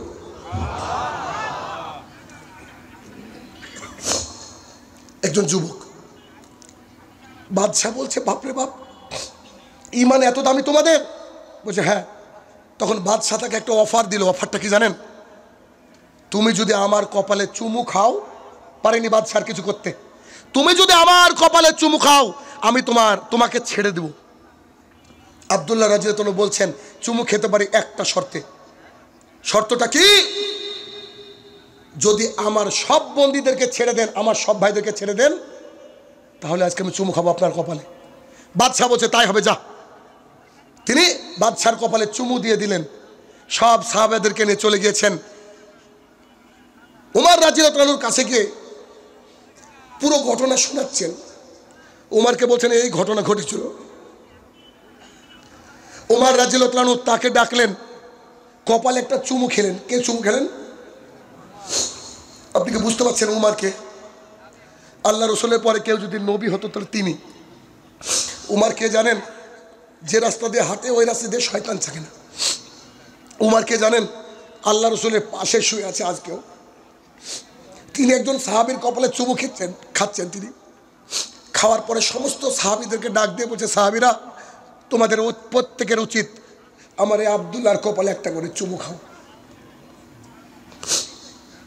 অনেক তো ইয়াং যুবক ভাইরা রয়েছেন, বলেন কি বুঝলেন আমার বক্তৃতা থেকে? কি পরিবর্তন হবে? আমি জানি আপনাদের পরিবর্তন অনেকেরই হয়তো হবে না, তবে আল্লাহর কাছে দোয়া করে আপনারা পরিবর্তন হন। এতটুকুই। আমি আসলে 15 তারিখে বাড়ি চলে যাওয়ার কথা ছিল। এই ভাই আমাকে আটকে দিয়েছে, আমাদের বাবু ভাই। কারণ আমার ভালো লাগে না আপনাদের বাংলাদেশে বক্তৃতা দিতে। আজকে 1 মাস 5 দিন হয়ে গেল আমার বাড়ির থেকে আসা। আজকে ভোরের ট্রেনে ইনশাল্লাহ দেশে ফিরবো। কেন জানেন? আপনাদের বাংলাদেশের মানুষ হুজুগে বেশি, মানে আমলি বক্তৃতা শুনে না। আমি একজনকে গালি দিচ্ছি, ও আমাকে গালি দিচ্ছে, মনে হচ্ছে আমরা জিতে গেছি। আরে সেও তো আমার মুসলমান ভাই, তাই না? তাকে আমরা শুধরানোর চেষ্টা করব। এই গুতাগুতিতে ইসলামটা একেবারে শেষ হয়ে গেছে, কারোর সামনে আর মুখ পাওয়া যায় না। সবচেয়ে নন্দিত জাতি আজকে নিন্দিত গন্তব্যে। এত উঁচু একটা জাতি আজকে আমরা রসাতলে চলে গেছি, একেবারে শেষে। আমাদের বিবেকটাকে জাগানোর জন্য কাজ করতে হবে, বিবেকটাকে। দেখেন আমরা এখানে যারা বসে আছি প্রায় সবাই আমরা যে কত অকৃতজ্ঞ। আল্লাহ সুবহানাহু ওয়া তাআলা কোরআনুল কারীমের মধ্যে বলেছে আমার প্রায় বান্দারা অকৃতজ্ঞ। দেখবেন আমি শায়নুর রহমান অকৃতজ্ঞ, আমি নাই বক্তৃতা দিচ্ছি। রাসূলুল্লাহ সাল্লাল্লাহু আলাইহি সাল্লামের সাহাবী অনেকে ইন্তেকাল করেছেন উহুদের যুদ্ধে। একজন সাহাবী আল্লাহ রসুলের মতো দেখতে ছিলেন, আল্লাহ রসুলের মতো, তিনি মারা গিয়েছেন। এলাকায় চারিদিকে সংবাদ যে রাসূল সাল্লাল্লাহু আলাইহি ওয়াসাল্লাম মারা গিয়েছেন। একজন মহিলা বাড়ির থেকে দৌড়ে চলে আসছে। দৌড়ে আসার সময় সে একজন সাহাবীকে জিজ্ঞাসা করছে, আল্লাহ রসুল কেমন আছে? একজন মহিলা তো বলছে যে আল্লাহ রসুল কেমন আছে মানে, তুমি কি জানো তোমার আব্বাকে শহীদ করে দেওয়া হয়েছে? মেয়েকে কি শোনাচ্ছে? তোমার আব্বাকে শহীদ করে দেওয়া হয়েছে। তখন মহিলাটা চিৎকার দিয়ে বলছে, রসুল কেমন আছে? আরো একজন সাহাবী এসে বলছেন, তোমার ভাইকে শহীদ করে দেওয়া হয়েছে। আরো একজন সাহাবী এসে বলছে, ও মহিলা শোনো, তোমার স্বামীকে শহীদ করে দেওয়া হয়েছে। তিনজন, তার পৃথিবীতে আর কেউ নেই, স্বামী, ভাই আর বাবা চলে গেছে, কেউ নাই তার এই জমিনে তাকে দেখভাল করার। মহিলাটা চিৎকার দিয়ে বলছে, আমি তোমাদেরকে জিজ্ঞাসা করছি আমার রসুল কেমন আছে? তোমরা বলছো ভাই মরেছে, বাপ মরেছে। আমি বলছি আল্লাহ রসুল কেমন আছে? তো একজন সাহাবী বলছে আল্লাহ রসুল সুস্থ আছেন, ভালো আছেন। মহিলা বলছে আলহামদুলিল্লাহ। তিনার কেউ নেই, তিনি বলছেন কি আলহামদুলিল্লাহ। কেন বলেছেন? আল্লাহ রসুল জীবিত আছে। রসুলের প্রতি ভালোবাসা, বুঝতে পেরেছেন? আরে কি পরিস্থিতি, কি পরিস্থিতি। ঘটনা বলি না সাধারণত, কিন্তু একজন ব্যক্তির কথা মাথায় আসলো, আপনাকে একটু বলি, দেখি বিবেকটা আপনার নাড়া দেয় কিনা। আমেরিকান একজন মানুষ, 70 বছর বয়স। কার বয়স এখানে 70? এখানে কার 70? হাত তোলেন তো। ওই যে চাচা, সব পেকে গেছে, দেখেন চুল দাড়ি সব পেকে গেছে। আচ্ছা হাত নামান। 70 বছরের একজন মানুষ, কোটিপতি মানুষ, অনেক টাকার মানুষ। তিনার ওপেন হার্ট সার্জারি হচ্ছে আমেরিকার একটা বিখ্যাত হসপিটালে, নার্সিং হোমে, বিখ্যাত হসপিটালে। তো ডাক্তার বলেছে প্রচুর টাকা লাগবে এবং এই অপারেশন করতে গিয়ে 98% আপনি মারা যাবেন। আপনি যদি বন্ডে সই করেন দেন আই উইল ডু, আমি কাজ করব। তখন ডাক্তারকে বলছে যে কোনো মূল্যে আপনি আমাকে বাঁচান। অপারেশন সাকসেসফুল, আলহামদুলিল্লাহ। সাকসেসফুল হওয়ার পর একটু লোকটা যখন সুস্থ হয়েছে, ঠিক অপারেশনের বিল নিয়ে ডাক্তার সহ নার্স গিয়েছে তার কাছে। বিলটা দিয়ে বলছে দেখেন আপনার বিল, মাত্র 18 লক্ষ টাকা এসেছে। কত? তার কাছে কিন্তু 18 লক্ষ মাত্র। বলছে মাত্র 18 লক্ষ টাকা এসেছে বিল। লোকটা কাঁদতে শুরু করেছে, খুব কাঁদতে শুরু করেছে। তখন সেই ডাক্তার বলছে শোনেন প্লিজ ডোন্ট উইপ, কাঁদবেন না, কাঁদবেন না। যদি আপনার বিল বেশি হয় আমরা একটু কমাবো, যেহেতু আপনি অসুস্থ থেকে সুস্থতার দিকে যাচ্ছেন, এখন কাঁদলে আপনার অসুবিধা হবে, প্লিজ ডোন্ট ক্রাই, আপনি কাঁদবেন না। সেই লোকটার যে উত্তর দিয়েছিল সেই উত্তরটা আমার অন্তরটা ভরে আছে। এই জন্য আজকে আমি এখানে বলবো ভেবেছি, বলছি। ঘটনা কি, সেই রোগী ডাক্তারকে জিজ্ঞাসা করছে, বলছে আমি কতক্ষণ অপারেশন থিয়েটারে ছিলাম? ডাক্তার বলছে 4 আওয়ার্স, 4 ঘন্টা যাবত অপারেশন করতে হয়েছে। ডাক্তার ভাবছে একটা, ও ভাবছে আর একটা। ও ভাবছে যে 4 ঘন্টায় এত টাকা, এর ভাবনা দেখেন। বুঝছে আপনি 4 ঘন্টা আমাকে অপারেশন থিয়েটারে নিয়েছিলেন, তার বিল 18 লাখ টাকা। ডাক্তার বলছে জি, তার বিল 18 লক্ষ টাকা। লোকটা আবার কান্নায় ভেঙে পড়লেন, কান্না থামাতে পারছে না। কাঁদতে কাঁদতে কাঁদতে তিনি বলছেন, আল্লাহ, যে ডাক্তার তোমার এই হার্টের দায়িত্ব 4 ঘন্টা নিতে 18 লক্ষ টাকা লাগে, আমার 70 বছর বয়স, আমার এই হার্টটাকে তুমি সেভ করেছো, কই 1 টাকা তো চাওনি কোনোদিন? যদি তুমি একদিনের বিল চাইতো আমি তো দিতে পারতাম না। আল্লাহ, তুমি এই হার্টকে 70 বছর ধরে সংরক্ষণ করেছো তোমার আইসিইউর মাধ্যমে, কই তুমি তো আমাকে 1 টাকা বিল পাঠাওনি, মাত্র 4 ঘন্টার বিল 18 লক্ষ টাকা। ভাবেন একবার, স্টেশনে একটা মানুষ শুয়ে আছে, তার পা নাই। আপনার আমার পা নাই?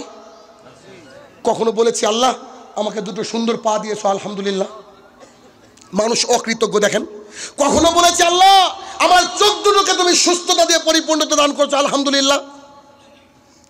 অনেক মানুষের 2টো হাত দেয়নি আল্লাহ তাআলা, আমাদেরকে আল্লাহ তাআলা 2টো সুন্দর হাত দিয়েছে। কখনো কি বলেছেন কি আল্লাহ গো আমাকে এত 2টো সুন্দর হাত দিয়েছো, মাবুদ তোমার কাছে লাখো শুকরিয়া, আলহামদুলিল্লাহ? এত সুন্দর চেহারা দিয়েছো আল্লাহ, আলহামদুলিল্লাহ বলেছে কি কখনো? কত অকৃতজ্ঞ আমরা। বলেন তো, আমরা জান্নাতে আমার হিসাব ধরে না। তুমি আশাবাদী, আল্লাহর কাছে চাইতে হবে, কিছু করার নেই। তবে আমার জান্নাতে মানে হিসাবে ধরে না যে কি নিয়ে জান্নাতে যাবো। বলেন দেখি, একজন দাঁড়িয়ে বলেন যে আমি জান্নাতে যাওয়ার আমল করেছি। সম্ভব আমাদের দ্বারা বলা? সম্ভব নয়। তার মানে কি, আমাদেরকে বক্তৃতা শুনতে হবে, দ্বীন ইসলাম জানতে হবে বিবেক দিয়ে, বিবেক দিয়ে, আবেগ দিয়ে নয়।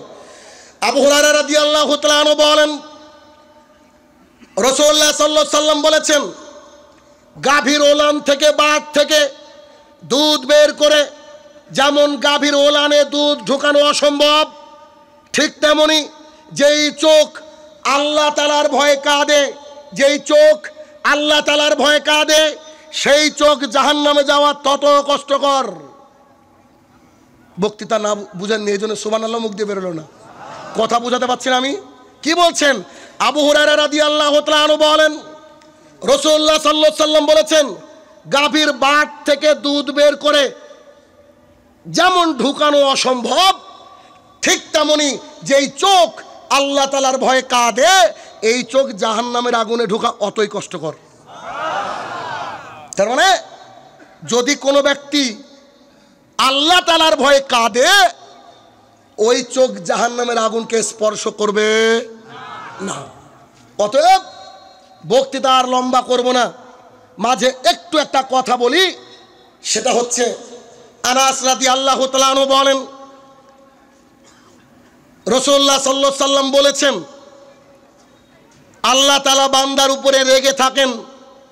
বান্দা যখন আল্লাহর রাস্তায় কিছু অর্থ দান করে, আগুন দাউ দাউ দাউ দাউ করে জ্বলছে, ওর মধ্যে পানি দিলে যেমন আগুন দপ করে নিভে যায়, দান সাদাকা যখন মানুষ করে, সঙ্গে সঙ্গে আল্লাহ তাআলার যে রাগ তা একেবারে পানির মতো, মানে আগুনে পানি পড়ার মতো দপ করে নিভে যায়।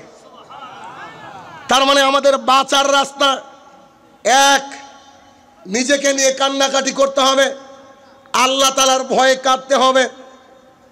যখন সবাই ঘুমিয়ে থাকে তখন উঠে মিনিমাম 2 রাকাত সালাত আদায় করতে হবে, নিজের পাপের জন্য আল্লাহর কাছে কাঁদতে হবে। 2, আল্লাহর জমিনে বেশি কর্ম করলে বেশি টাকা ইনকাম করা হয়, এ কথা মিথ্যা। আল্লাহ যাকে অর্থ দেয় সেই কেবল অর্থের মালিক। কেমন? একটা লোক প্রতিদিন 1 লক্ষ টাকা করে ইনকাম করে, তাকে আপনি আপনার বাড়িতে নেমন্তন্ন করেছেন, 3-4 রকমের মিষ্টি এনেছেন, বগুড়া থেকে দই আনিয়েছেন, ইন্ডিয়া থেকে গরুর গোস্ত আনিয়েছেন, চাপাই থেকে হাঁসের গোস্ত আনিয়েছেন, কত না কি আইটেম করেছেন। এবার চাচাকে বলছেন, চাচা এখন আপনি খান। চাচা বলছে, বেটা I am suffering from diabetes. চাচা প্রতিদিন 1 লাখ করে ইনকাম করে, অথচ চাচা বলছে, বেটা আমি ডায়াবেটিসের রুগী, বলছিলাম করলা ভাজা নাই। বুঝতে পেরেছেন? যে লোকটা ওই যে রাস্তায় অটো ভ্যান চালিয়ে বেড়ায়, টোটো চালিয়ে বেড়ায়, 3 চাকার, ওগুলোকে আমাদের দেখে টোটো বলে, এগুলো চালিয়ে বেড়ায়, সিএনজি চালিয়ে বেড়ায়, গরিব মানুষ দিন আনে দিন খায়, ওকে নেমন্তন্ন করেছেন 6 প্রকারের মিষ্টি, আগের মতো আইটেম। তাকে বলা হচ্ছে, জনাব কি দিব, বলছে সব ডবল ডবল দেন। রুজির মালিক আল্লাহ সুবহানাহু ওয়া তাআলা। যদি আল্লাহর জমিনে বেশি কাজ করে বেশি অর্থ পাওয়া যেত, গার্মেন্টসের শ্রমিকরা সবচেয়ে বেশি কোটিপতি হতো। আল্লাহর জমিনে বেশি কাজ করলে বেশি ইনকাম যদি হতো, ইটভাটার শ্রমিকরা তাহাজ্জুদেরও আগে উঠে তারা বেশি টাকার মালিক হতো। তার মানে আপনার আমার পকেটে ব্যাংকে যে টাকা আছে এগুলো আমাদের না, আল্লাহ আমাদেরকে দিয়েছেন ফর টেস্ট, পরীক্ষা করার জন্য। আল্লাহ দিয়ে বলছে, দেখি শাহিনুর রহমানের ক্ষমতা কি, দেখি আব্দুর রহমানের ক্ষমতা কি, আমার রাস্তায় দান করে কি করে না আমি দেখি। এরা আল্লাহ তাআলা দেখে, এরা আল্লাহ তাআলা দেখতে চাই। কারণ টাকা কিন্তু আমরা কেউ কবরে নিয়ে যাব না। এক পর্যায়ে রাসূলুল্লাহ সাল্লাল্লাহু আলাইহি ওয়াসাল্লাম বলছেন, আস-সাদকাতু বুরহান, দান হচ্ছে দলিল। কোথায় যাওয়ার দলিল? জান্নাতে যাওয়ার দলিল। অতএব উপলব্ধি যদি আমাদের থাকে, আমরা যদি বিবেকটাকে আজকে অপারেশন করে বাড়িতে নিয়ে যেতে পারি, আমি আশাবাদী আগামীকাল থেকে আপনার জীবন পরিবর্তন হবে, এটা আমি আশাবাদী। কেন? রাসূলুল্লাহ সাল্লাল্লাহু আলাইহি ওয়াসাল্লাম সালাত আদায় করছেন, হাদিসের রাবি সম্ভবত মুগীরা ইবনে শুবা রাদিয়াল্লাহু আনহু, ভুলও হতে পারে। রাসূলুল্লাহ সাল্লাল্লাহু আলাইহি ওয়াসাল্লাম সারা রাত বেশিরভাগের রাতের অংশ দাঁড়িয়ে তাহাজ্জুদের সালাত আদায় করতেন, তো তার পাটা ফুলে যেত, এত লম্বা কিরাত করতেন, পাটা ফুলে যেত। সাহাবী বলছেন, আল্লাহ রসুল সাল্লাল্লাহু আলাইহি সাল্লাম, বলছিলাম যে আল্লাহ আপনার আগের গুনাহ পরের গুনাহ যে ক্ষমা করে দিয়েছে, এত রাতভর কষ্ট করার কি দরকার, এত সালাত আদায় করার কি দরকার? তখন মুহাম্মদ সাল্লাল্লাহু আলাইহি সাল্লাম বলছেন, শোনো মুগিরা ইবনে শুবা, আরে আমি আল্লাহর বান্দা, আমি আল্লাহর দাস, আমি তো কৃতজ্ঞতা প্রকাশ করতে পারি। যার আগের গুনাহ মাপ, পেছনের গুনাহ মাপ, তিনি কি বলছেন? তিনি একদিনও তাহাজ্জুদ ছাড়ে না। বলেন বেড়া পাবনা বা আশপাশে কার আগের গুনাহ মাপ আছে? বলেন যে পরের গুনাহ কি করে মাপ হবে? আমরা মানুষ এত অলস, এগুলো বুঝতে পারি না, এগুলো বুঝতে পারি না। আবু হুরায়রা রাদিয়াল্লাহু তাআলা আনহু বলেন, রাসূলুল্লাহ সাল্লাল্লাহু আলাইহি সাল্লাম বলেছেন, আমি প্রতিদিন মিনিমাম কমপক্ষে ৭০ বার আল্লাহকে বলি আস্তাগফিরুল্লাহ ওয়া আতুবু ইলাইহি, অথবা আস্তাগফিরুল্লাহ আল্লাযী লা ইলাহা ইল্লা হুয়াল হাইয়ুল কাইয়ুম ওয়া আতুবু ইলাইহি। আমি ৭০ বারের উপরে তওবা ইস্তেগফার করি। আনাস রাদিয়াল্লাহু তাআলা আনহু বলেন, রাসূলুল্লাহ সাল্লাল্লাহু আলাইহি সাল্লাম বলেছেন, আমি প্রতিদিন ১০০ বার তওবা ইস্তেগফার পাঠ করি। আল্লাহ রসুল তওবা ইস্তেগফার পাঠ করেন, যার আগেরও গুনাহ নাই, পরেরও গুনাহ নাই। বলেন সকাল থেকে কজন পাঠ করেছি? না, হাত তোলা দরকার নেই ভাই, হাত তোলা দরকার নেই, আপনাকে আমি বুঝাচ্ছি। কারণ হাত তুলে তো আমার বক্তৃতা কি বুঝলেন, আবার তো রিয়া হয়ে যাবে। কথা বুঝেননি কি বলছি আমি? তাহলে কি হলো? মিনিমাম তওবা করতে হবে। কতবার? ১০০ বার। রাসূলুল্লাহ সাল্লাল্লাহু আলাইহি সাল্লাম বলেন, তোমরা কি জান্নাতে ঘর চাও? সাহাবীরা বলছে জি চাই। তো বলছে প্রতিদিন ১০ বার করে কুল হুয়াল্লাহু আহাদ পড়ো, 3 মিনিটও লাগে না। 10 বার সূরা ইখলাস পাঠ করতে 3 মিনিটও লাগে না। অথচ হিসাব করে দেখেন, এই লোকের মধ্যে 5 জন হয়তো নাই। আবু হুরায়রা রাদিয়াল্লাহু তাআলা আনহু বলেন, রাসূলুল্লাহ সাল্লাল্লাহু আলাইহি সাল্লাম বলেছেন, কোন ব্যক্তি যদি সকালবেলায় উঠে সাইয়্যিদুল ইস্তেগফার পাঠ করে। সাইয়্যিদুল ইস্তেগফার কে কে জানেন? এবার হাত তুলেন তো দেখেন। যত দূর মানুষ, আমার চোখই যাচ্ছে না কত দূর, তারপরে এই কটা লোক জানে, হিসাবে তো এই কটাই বলবো। সামান্য কিছু মানুষ হাত নামান। রাসূলুল্লাহ সাল্লাল্লাহু আলাইহি সাল্লাম বলছেন, কোন ব্যক্তি যদি সকালে সাইয়্যিদুল ইস্তেগফার পাঠ করে, সারা দিনের মধ্যে মরলে জান্নাত। কোন ব্যক্তি যদি মাগরিবের সময় সাইয়্যিদুল ইস্তেগফার পাঠ করে, সারা রাতের মধ্যে মরলে জান্নাত। তাহলে আপনি আমি কোথায় যাব বুঝতে পারছেন? যদি এই আমল আমাদের মধ্যে না থাকে। বলছিলাম মাঝে যে আমাদেরকে বিবেক দিয়ে কাজ করতে হবে। আল্লাহর জমিনটা হচ্ছে একটা পরীক্ষা কেন্দ্র, আর এই পরীক্ষা কেন্দ্রে কেউ কখনো বিশেষ ক্যাডারে সবচেয়ে টপ অফ দ্য বয় বাংলাদেশের পরীক্ষার হলে 3 ঘন্টা গিয়ে বলে না যদি 1 ঘন্টা আরাম করে ঘুমাই, বলে? যতই ও ভালো স্টুডেন্ট হোক না কেন, ও কিন্তু একেবারে অ্যাটেন্টিভলি লিখতে থাকে, লেখা শেষ হয়ে গেলে লেখাগুলো দেখতে থাকে। আমরা আল্লাহর জমিনে যত দিন আছি অতটা সময় পরীক্ষার মধ্যে আছি। একটা সেকেন্ড দেরি করা যাবে না।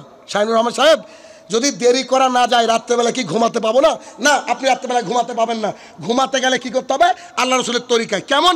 আবু হুরায়রা রাদিয়াল্লাহু তাআলা আনহু বলেন, রাসূলুল্লাহ সাল্লাল্লাহু আলাইহি সাল্লাম বলেছেন, কোনো ব্যক্তি যদি এশার নামাজ মসজিদে গিয়ে জামাতে আদায় করে, বাড়িতে গিয়ে ঘুমিয়ে যায়, ফজরে উঠে আবার মসজিদে গিয়ে আদায় করে, যতটা সময় ঘুমিয়ে থাকলো তাহাজ্জুদের নেকি আল্লাহ দিয়ে দেয়। মানে আপনি শুয়ে আছেন আর নেকি কিসের হচ্ছে বলেন তো? তাহাজ্জুদের নেকি। তাহলে বিষয় হচ্ছে এটা যে আমাদেরকে কি করতে হবে? আমল করতে হবে, আখলাক চরিত্রকে সুন্দর করতে হবে। পরিশেষে এই কথা বলতে চাইছি যে ইনশাআল্লাহুল আজিজ, যেহেতু একটা মাহফিল গত 3-4 বছর আগে এখানে একটা মাহফিল হয়েছিল, কি হয়েছিল না? জি, এই তো আপনাদেরকে বক্তৃতা কি শোনালাম, কি বুঝলেন? করেন পুজো, ভাষা বুঝেন না? কি কথা বলছি আমি? আবু হুরায়রা রাদিয়াল্লাহু তাআলা কথা বলেছি, বুঝেন না কথা? এদিকে তাকান তো। অনেক মানুষ টাকা নিয়ে এসেছে, তো বলছি এরা আবার কেমন মাহফিল করে গো, টাকা পয়সা চায় না, টাকা পয়সা নিয়ে পকেটে করে ঘুরিয়ে নিয়ে যায়। তো বিষয় হচ্ছে তাই, এই টোটাল আপনাদের মধ্যে এবং মেয়েদের মধ্যে প্রায় 100 যুবক রয়েছে যারা আপনাদের কাছে যাবে। আর সাদকাতু বুরহান, দান হচ্ছে দলিল। কি কতটা দিবেন আপনার ব্যাপার, চাপা চেপি নাই, আপনারা নিজের মতো দিবেন। কই আমাদের যুবক ভাইরা দাঁড়িয়ে যাও তো, ব্যাগ যাবে আপনাদের কাছে, একটু আপনারা কালেকশন দিয়ে দেবেন ইনশাআল্লাহ। একেবারে রেডি করা আছে, সব আরে যুবক বলে কে গো, তো আমার চেয়ে বড় বয়স, তাড়াতাড়ি একেবারে 5 মিনিটের মধ্যে সব শেষ করে দিতে হবে, এরপরে কোনো কথা বলা চলবে না। কিন্তু কেউ খালি থাকবেন না, সবাই দিতে থাকবেন, কেউ খালি থাকবেন না।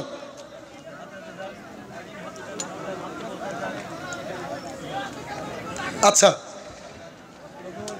যেটা বলছিলাম